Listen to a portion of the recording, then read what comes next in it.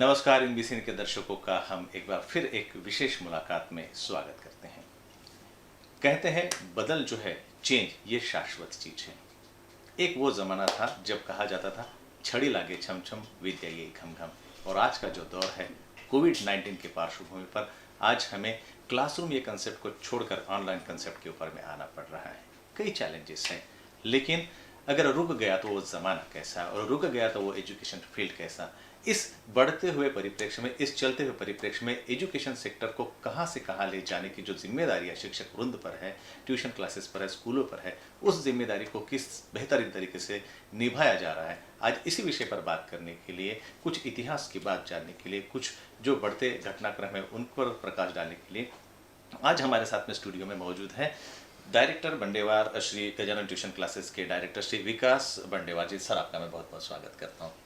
और इसके साथ में हमारे साथ में इस वक्त मौजूद है श्री भूषण वालपांडे सर, जो कि मैथ्स की टीचर है। बंडेवार श्री गजानन ट्यूशन क्लासेस में आप मैथ्स पढ़ाते हैं।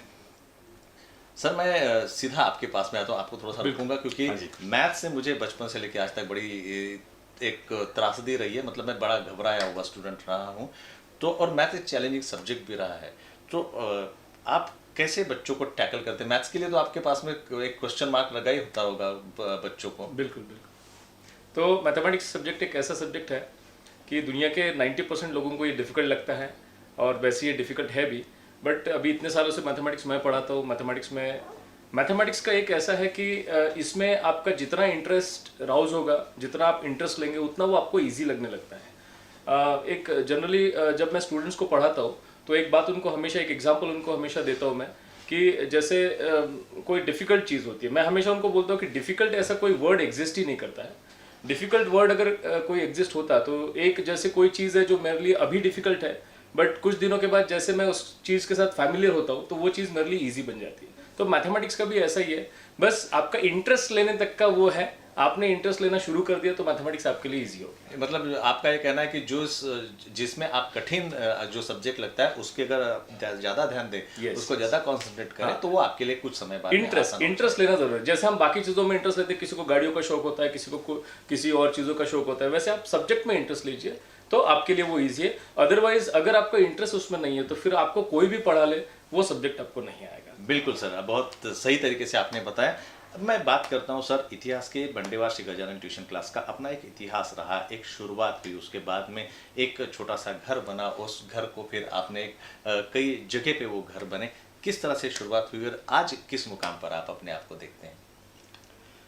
इस सवाल का जवाब देने में मुझे बहुत खुशी हो रही है जी। ये बंडेवार श्री गजानन ट्यूशन क्लासेस की जो स्थापना है, ये मेरे पिताजी श्री केशवराव खंडोबाजी बंडेवार इन्होंने की है, और इनका साथ देने के लिए मेरे सगे मामा विलासपुरम, इन्होंने पूरा इनका साथ दिया। 1975 में स्टार्ट हुआ, एंड एक सतरंजी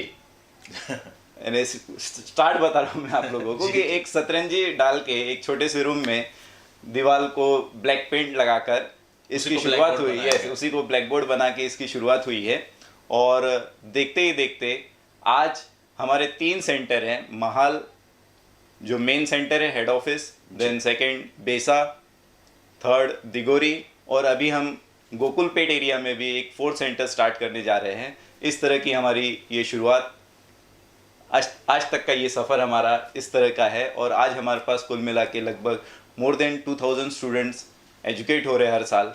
तो बहुत ही खुशी के साथ मुझे बताने में मज़ा आ रहा है। और इसमें जैसे आपने कहा कि आपके पास में 2000 स्टूडेंट्स हैं, 2000 स्टूडेंट्स मतलब उनके सारे परिवार भी आप लोगों से जुड़े, एक विश्वास रखते हैं कि बंडेवार गजानन ट्यूशन क्लासेस में विश्वास रखते हैं। तो जो आपका इतिहास है, उस इतिहास में कुछ ऐसे भी बच्चे होंगे जिन्होंने जो अपना रिजल्ट्स है वो आपके मार्गदर्शन में जो है, एक तो कुछ नाम या कुछ ऐसी घटनाएं बताना चाहेंगे? जरूर। अभी रिसेंट का ही मैं बताता हूँ। जी बिल्कुल। अभी जो टॉप हमारा आया है स्टूडेंट 12th स्टैंडर्ड में, प्रथम खेड़ीकर जी, 97% उसने एग्रीगेट स्कोर किए, मैथ्स में 100 आउट ऑफ 100 लिए हैं, और आपका भी अभिनंदन करते हैं। Thank you very much. तो वो जो बच्चा है वो सही में तारीफ़ काबिल है। उसने उसका जब घर में, उसके घर पे जब मैं गया तो उसके मम्मी पापा से जब मैंने मुलाकात ली तो बहुत ही फाइनेंशियली प्रॉब्लम में से वो बच्चा इतना टफ कंपटीशन, यानी उसका सराउंडिंग जो था वो काफ़ी कुछ अगेंस्ट स्टडी था, उसको माहौल नहीं था वैसा, बट स्टिल इस इतने चैलेंजिंग कंपटीशन में उसने इतना जो ज़बरदस्त रिजल्ट जनरेट किया है वो सही में तारीफ़ काबिल है। और मैं तहे दिल से उसका, उसके मम्मी पापा का थैंक्स करता हूँ कि ऐसे बच्चे को हमारे सुपुर्द करके हमारे क्लासेस की शोभा बढ़ाने का जो काम हुआ है, ये सही में उसके लिए मैं तहे दिल से उनका वंस अगेन थैंक्स कहता हूँ कि उन्होंने हमें चुना उनके बच्चों को मार्गदर्शन करने के लिए, सिखाने के लिए, ट्रेनिंग देने के लिए। जी बिल्कुल। Thank you. और उनको भी बहुत अच्छा लगता होगा कि एक ऐसे इंस्टीट्यूशन में जहाँ पर एक अपनेपन के साथ में पढ़ाया जाता है। भूषण सर, मैं आपको पूछना चाहूँगा, एक वो दौर था आप 4-5 महीने पहले जब आपको क्लासरूम में पढ़ाना पड़ता था और आज आपको बच्चों को ऑनलाइन पढ़ाना पड़ता है, दोनों में आप क्या फ़र्क महसूस करते हैं और दोनों में से आपको कौन सा जो मीडिया है वो आपको कंफर्टेबल लगता है? जी देखिए कि अभी जैसे है ये कोरोना पेंडेमिक की वजह से बहुत सारे लोगों ने, हम लोगों ने सोचा भी नहीं था कि ये ऐसे सिचुएशंस आएंगे। काफ़ी सारे लोग ऑनलाइन प्लेटफॉर्म पे नहीं थे, बट अभी समय के साथ साथ समय की नज़ाकत देखते हुए ऑनलाइन प्लेटफॉर्म इनको शुरू करना पड़ा। बट जो हमारे इंडिया में मैं कहूँगा कि बोर्ड टीचिंग जो है, क्लासरूम टीचिंग जो है, वही एक इफ़ेक्टिव वे है, क्योंकि अब तक हम टेक्नोलॉजिकली इतने साउंड इस फील्ड में नहीं है, क्योंकि काफ़ी सारे प्रैक्टिकल चैलेंजेस आ रहे हैं जो पेरेंट्स फेस कर रहे हैं, स्टूडेंट्स फेस कर रहे हैं। और सबसे बेस्ट तो मैं बोलूँगा क्लासरूम टीचिंग ही रहेगा, बट साथ ही साथ हमने ऑनलाइन में भी अभी धीरे धीरे स्टार्ट कर दिया, क्योंकि अभी मजबूरी है और उसको करना पड़ेगा। यस, और कहीं ना कहीं वो बोलते हैं कि शुरुआत करने के लिए कुछ ना कुछ घटना का होना ज़रूरी होता है। तो इस हिसाब से कोरोना पेंडेमिक की वजह से लोगों को अब मजबूरन उसमें आना भी पड़ रहा है, तो वो एक अच्छी बात है, उसको पॉजिटिव वे में हमने लेना चाहिए। बट फिर भी ऑनलाइन टीचिंग मेरे हिसाब से सफिशिएंट नहीं है फिलहाल के लिए। जी हाँ, मतलब आप उसमें बच्चों की जो मानसिक विकास की जो बात करते हैं, एजुकेशन विकास की बात है, उसका सही आकलन उस वक्त कर पाना सभी के लिए थोड़ा सा शायद मुश्किल हो जाता है। सर, आप डायरेक्टर भी हैं और आप पढ़ाते भी हैं बच्चों को, तो ये पढ़ाते वक्त जो है आपका जो बच्चों के साथ में अटैचमेंट होता है, तो आप कैसे अटैच होते हैं बच्चों से? बहुत प्यारा सवाल पूछे सर आपने, मैं इसी सवाल का इंतजार कर रहा था। और मैं जो अटैच करता हूँ स्टूडेंट्स को अपने साथ, तो मेरा रिलेशन एकदम फ्रेंडली रहता है, मेरे को डांटना नहीं जमता। आप मेरे नेचर से भी देख सकते हैं, मेरे को कोई भी पहचान लेता है झट से, मुझे डांटना नहीं आता है। तो मैं बहुत ही फ्रेंडली वे में रहता हूँ और फ्रेंडली बच्चों को सिखाता हूँ। और बेसिकली मेरा जो ध्यान रहता है कंसंट्रेशन कैसे करना बच्चों को, मैं अभी इसी BCN के माध्यम से ये बात सभी को बताना चाहता हूँ कि हाउ टू मेक कंसंट्रेशन कैसे करना चाहिए किसी भी चीज़ में, पढ़ाई हो या कोई काम हो, एनीथिंग। तो इसका जो सीक्रेट है, secret of concentration is hidden in a single word, that is answer. Answer ये जो शब्द है, इसमें पूरा रहस्य छुपा है कंसंट्रेशन का। आंसर का जो ए है, ए stands for asking the right question. जब हम अपने पढ़ाई के लिए बैठ रहे हैं तो बहुत बार ऐसा होता है कि किताब खोल दी और हम 5 मिनट हो गए, 10 मिनट हो गए, एक लाइन भी नहीं पढ़ते, बस दिमाग में कुछ तो भी दूसरे थॉट्स प्रोसेस चलते रहते हैं कंटिन्यूअसली। तो ये समस्या से छुटकारा हम तुरंत पा सकते हैं अगर हमने अपने आप से एक सवाल पूछ लिया, व्हाट आई एम डूइंग, हम क्या कर रहे हैं। अगर ये सवाल जैसे हम अपने आप से पूछते हैं तो तुरंत हमारा ब्रेन ये आंसर देता है, अरे भाई मैं तो पढ़ने बैठा, मैं तो फिजिक्स पढ़ रहा हूँ, अभी फिजिक्स का मुझे ये क्वेश्चन करना है, केमिस्ट्री का ये टास्क है मेरा, मैथमेटिक्स का ये टास्क है। और प्रथम खेड़ीकर से मैंने बहुत ही एक सुंदर चीज सीखी, अभी उसके घर गया तो उसने हर जगह अपने गोल्स को लिख के रखा था क्लियरली कि I want to score 640 marks. Very good, मतलब उसका लक्ष्य था, निर्धारित था। तो आपको अपना गोल बहुत ही क्लियर वे में लिख के रखना है और वो आपको बार बार दिखते रहना चाहिए कि आपको ये करना है, ये यहाँ तक पहुँचना है, गोल मस्ट बी फिक्स्ड। तो ये एक बहुत ही सुंदर चीज है। आंसर का मैंने ए बताया, आस्किंग द राइट क्वेश्चन, उसी तरह से आता है आंसर के स्पेलिंग में, ए के बाद आता है एन। एन ये बहुत ही बढ़िया है, N stands for no to worry, no to worry, चिंता नहीं करना। हम बहुत बार ऐसा होता है कि हम सिर्फ चिंता करते रहते हैं कि हम कैसे पढ़ेंगे, कल एग्जाम है, क्या होगा, कैसे होगा। तो ये चिंता जो है ना, चिंता और चिता, इसमें सिर्फ एक बिंदु का बिंदु का फर्क फर्क है ना। तो बस वही बात है कि आप अगर चिता और चिंता के बारे में पूछेंगे तो चिंता क्या करती है, जीते इंसान को मारते रहती है, और जो चिंता होता है ना, चिता होती है, वो मरे हुए इंसान को हम अग्नि देके, वो तो एंड ही होगा, राइट, एंड होता है। तो हमें वो चीज बिल्कुल भी नहीं करनी है। नो टू वरी, किसी भी प्रकार की चिंता नहीं करनी है। हमारा स्टेट ऑफ माइंड जो है वो बिल्कुल नॉर्मल मोड में रखना है। N stands for no to worry. Then second जो नेक्स्ट लेटर जो है S, S stands for state of mind. हमारा स्टेट ऑफ माइंड कैसा होना चाहिए पढ़ते समय, वो ना ही दुखी होना चाहिए और ना ही बहुत एक्साइटेड मोड में होना चाहिए। अगर हम दुखी है तो हम पढ़ नहीं पाएंगे, एक्साइटेड मोड में तब भी हम पढ़ नहीं पाएंगे। तो हमारा state of mind must be normal, neutral, हाँ, नॉर्मल होना चाहिए। ना हमें किसी बात की खुशी है, ना हमें किसी बात का बहुत दुख है। It should be normal. This is S, S stand for state of mind, that is very very essential. And then the next word come W, ANSW। W stands for water and other food intake। हम जो अन्न खाते हैं वैसे ही हमारा मन बनता है। हम जो पी रहे हैं, ड्रिंक्स ले रहे, पानी पी रहे, जूस पी रहे या कोल्ड ड्रिंक्स पी रहे, तो उससे हमारा बॉडी, आहार क्या है? आहार जो है, जो कि डॉक्टर मैडम ने भी बताया अभी, यस, उन्होंने भी बताया ही था आपको उस समय। तो ये बहुत इंपॉर्टेंट है कि हमारा water and other food intake क्या खा रहे हैं, हम क्या कंज्यूम कर रहे हैं। हमने ज्यादातर ऐसा फूड कंज्यूम करना चाहिए जिससे हमारा बॉडी लाइट वेटेड रहे, पूरा फुल न्यूट्रिशन भी मिले, और तामसिक भोजन, हाँ, तामसिक भोजन जो हम कहते हैं वो उसको अवॉइड करना चाहिए। क्योंकि अगर आप तामसिक भोजन खा रहे हो तो आपकी विचारधारा भी वैसी बनेगी और आपको पढ़ने में तकलीफ आएगी, आपको आलस बहुत आएगा जी तामसिक फूड खाने से। तो जो हम कहते हैं कि सद्गुण रजोगुण वाला फूड हमने कंज्यूम करना चाहिए। Vegetarian food is best for that, vegetable, सात्विक भोजन, हाँ, सात्विक भोजन जो हम कहते हैं, vegetarian food, that is very very must. Then the next word stands for, W के बाद आता है E। Thank you sir. E stands for eye and ear memory. जब भी हम पढ़ रहे हैं तो हमने पूरी तरह से देखना चाहिए, जो चीज़ को हम पढ़ रहे हैं पूरी तरह से सुनना चाहिए, टीचर के वर्ड सुनना चाहिए, खुद भी उसी को गुनगुनाते रहना चाहिए। तो हमारा ये जो ई है, आई मेमोरी एंड ईयर मेमोरी, ये दो बहुत ही इंपॉर्टेंट मेमोरी के पार्ट है। इसके बगैर तो हम कुछ भी नहीं कर सकते। अगर ये दोनों मेमोरीज का हम इस्तेमाल ही नहीं करेंगे तो हम कुछ भी ग्राफ्स नहीं कर सकेंगे, कुछ सीख नहीं सकेंगे, हमारे ब्रेन में कुछ भी स्टोर नहीं होगा। तो इसका 100% यूटिलाइजेशन करना है आई एंड ईयर मेमोरी का। And the last word is R। R stands for revision. हमें एक साइंटिफिक वे में हर चीज को रिवाइज करना है। ऐसा कहते हैं साइंटिस्ट हमारे कि हम जो भी चीज फर्स्ट टाइम पढ़ते हैं तो वो विद इन 1 डे उसको हमने एक बार रिवाइज कर लेना चाहिए, यानी with in 24 hours. Second time उसकी रिवीजन 1 वीक में होनी चाहिए, एक सेकेंड रिवीजन होनी चाहिए, और थर्ड रिवीजन आप विद इन 1 मंथ कर लो। तो 3 बार इस साइंटिफिक वे में हर टॉपिक को अगर हम रिवाइज करेंगे तो हमारा कॉन्सेंट्रेशन जो है वो 100% बन जाता है। तो ये पूरा सीक्रेट है ऑफ कॉन्सेंट्रेशन। देखिए, हम जिंदगी में कई चीज़ों के आंसर्स ढूंढते हैं, लेकिन आंसर का आंसर जितने बेहतर तरीके से आपने बताया है, तो ये मैं चाहता हूँ कि ये तो बहुत सबके लिए बहुत एक सुंदर सा उत्तर भी हो गया, एक समझ की भी बात हो गई। एजुकेशन देना जहाँ आप इतने बेहतर तरीके से करते, एक और अहम सवाल आता है, जो पेरेंट्स होते हैं उनकी फाइनेंशियल कंडीशंस, कहीं ना कहीं आपको ऐसे भी दौर मिले होंगे कि जिनकी फाइनेंशियल कंडीशंस उतनी बेहतर नहीं है। इनके लिए बंडेवा ट्यूशन क्लासेस में कोई प्रोविजन है? हाँ जी,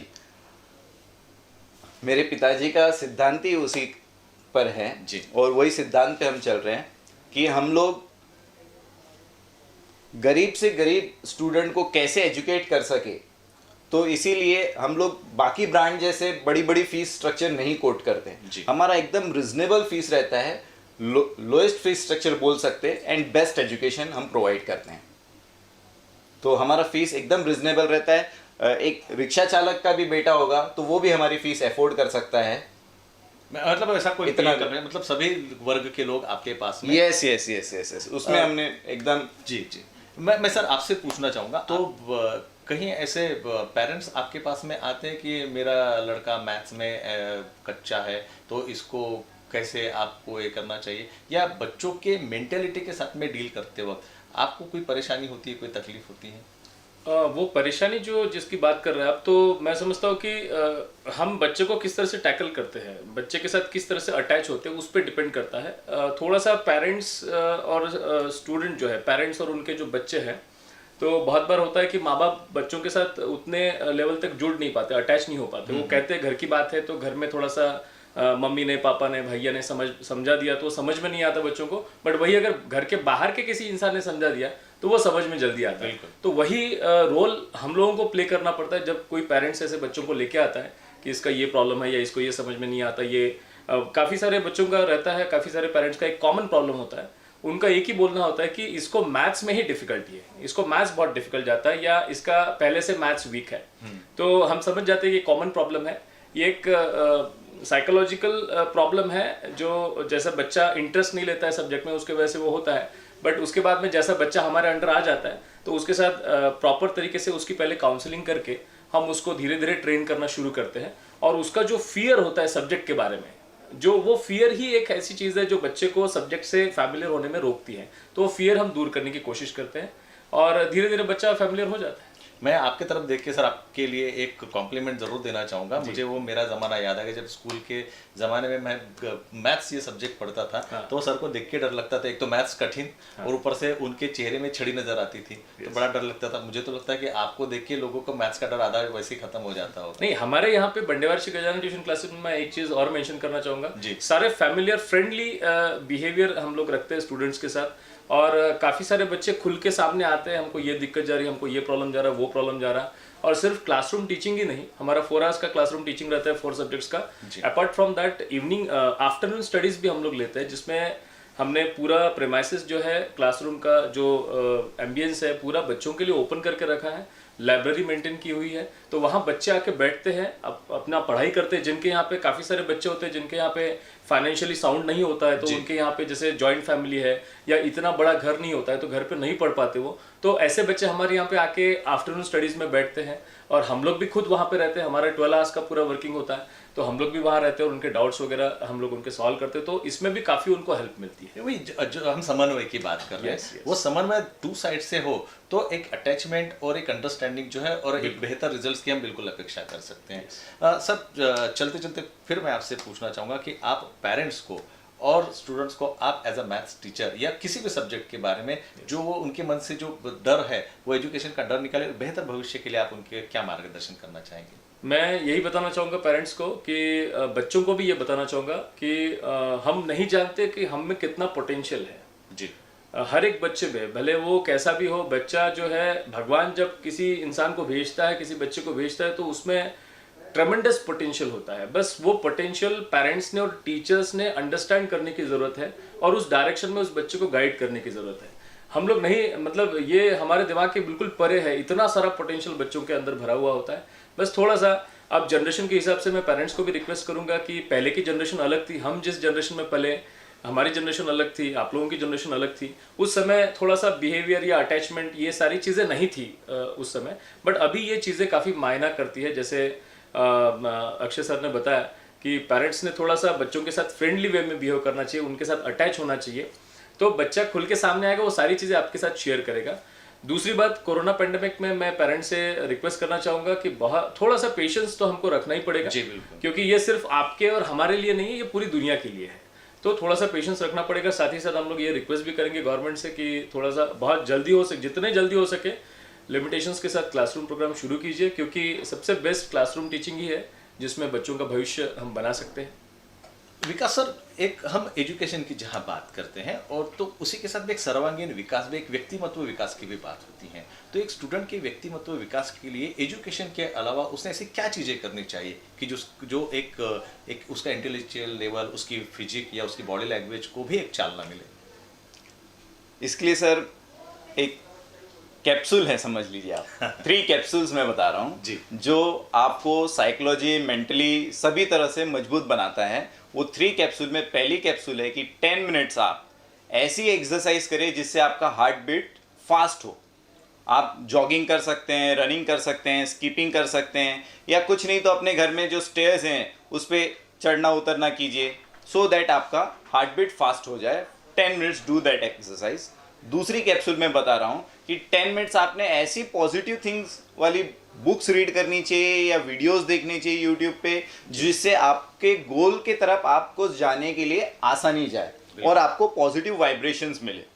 ठीक है, ये 10 मिनट्स वाला आपका दूसरा कैप्सूल हो गया। और तीसरा एक 10 मिनट्स का कैप्सूल ये है, वो बहुत ही इंपॉर्टेंट है, वो है मेडिटेशन कीजिए। आप 10 मिनट शांति से बैठिए, मेडिटेट करिए, ब्रीदिंग पर सिंपल कॉन्सेंट्रेट कीजिए। कुछ ज़्यादा टेक्निक यूज़ नहीं करनी है, बहुत सारे मेडिटेशन के टाइप्स हैं, लेकिन आप सिंपल कुछ नहीं करना है, सिंपल कंफर्टेबल पोजीशन में कैसे भी बैठिए, नीचे मंडी डाल के बैठिए या आप चेयर पे बैठिए और जस्ट अपने पोजीशन को इस तरह से रख के आंखें बंद करके अपने ब्रीदिंग पर कॉन्सेंट्रेट कीजिए।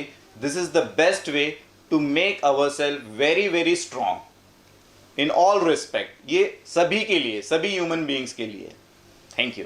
मुझे यही लगता है कि अभी जैसे विकास सर ने कहा, तो ये जो 3 कैप्सूल है ये सबसे बेहतर ब्रेन टॉनिक होगा और इसके अलावा फिर दूसरा कोई ब्रेन टॉनिक लेने की ज़रूरत ही नहीं है। तो जहाँ पे इतना अच्छा एजुकेशन की व्यवस्था, वनडेवार गजानन ट्यूशन क्लासेस हैं, वहीं अगर इस तरह से सर्वांगीण विकास के लिए भी जहाँ पर गाइडेंस देता हो तो बात ही कुछ और हो जाती है। Thank you. और विकास सर, कहते हैं घर का मुखिया जितना हंसते चेहरे और वो उनके चेहरे पर एक बेहद ऐसी मुस्कान अगर लिए हो, तो उनके साथ में काम करने वाले घर के परिवार से के पूरे सदस्य और उनसे जुड़ने वाले सभी लोग जो हमेशा खुश रहते हैं। मैंने शुरुआत से लेकर आखिर तक आपके चेहरे पर एक मुस्कान देखी, बहुत मुस्कान है। तो ऐसी मुस्कान के साथ में आप अपने बच्चों को और बच्चों के पेरेंट्स को क्या संदेश देना चाहेंगे? मैं स्टूडेंट्स एज वेल एज उनके पेरेंट्स से यही कहना चाहूँगा कि डरिए नहीं किसी भी चीज़ से। जो भी चैलेंजेस आ रहे हैं हम सब साथ मिल के फेस करेंगे उसको, और एक सही गोल्स जो है हम लोगों के वो पूरे अचीव करने के लिए हम हमारी एनर्जी लगाएंगे। यही मेरा संदेश है। जी, बहुत बहुत शुक्रिया। एक छोटा सा मैं बात हमारे दर्शकों को कहना चाहूँगा कि जब हमें पानी भरना है और हम अपनी गागर को अगर नल के नीचे उल्टी रखें तो उसमें कितना भी प्रयास किया जाए वो घाघर भरी नहीं जा सकती।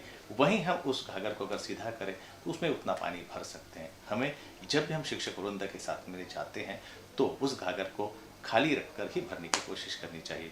मेरी आज कोशिश यही थी कि जो मान्यवर यहाँ बैठे हैं उनसे कुछ सीखूं। खास बात मैं यहाँ पर और नोट करना चाहूँ क्योंकि आंसर का आंसर जो इतने सालों से शायद मैं भी नहीं ढूंढ पाया था, बहुत बेहतर तरीके से सर आपने मुझे दिया है। इसके लिए मैं बहुत बहुत शुक्रगुजार हूँ। दर्शकों से, पेरेंट्स से और स्टूडेंट से हम यही कामना करते हैं, कोरोना-19 की ये पैंडेमिक सिचुएशन आज नहीं कल खत्म होगी। इससे हमें जूझना भी है, लेकिन एक बेहतर भविष्य भी हमें बनाना है। हम ध्यान रखें, एजुकेशन वृंद आपके साथ में है, शिक्षक वृंद आपके सामने है और इस आपके भविष्य को साकारने की जिम्मेदारी भी इन पर है। ऐसी चर्चा के साथ में फिर हम आपसे मुलाकात करें। मैं फिलहाल आप दोनों का बहुत बहुत शुक्रिया अदा करता हूँ। बहुत बेहतर तरीके से हमारी बात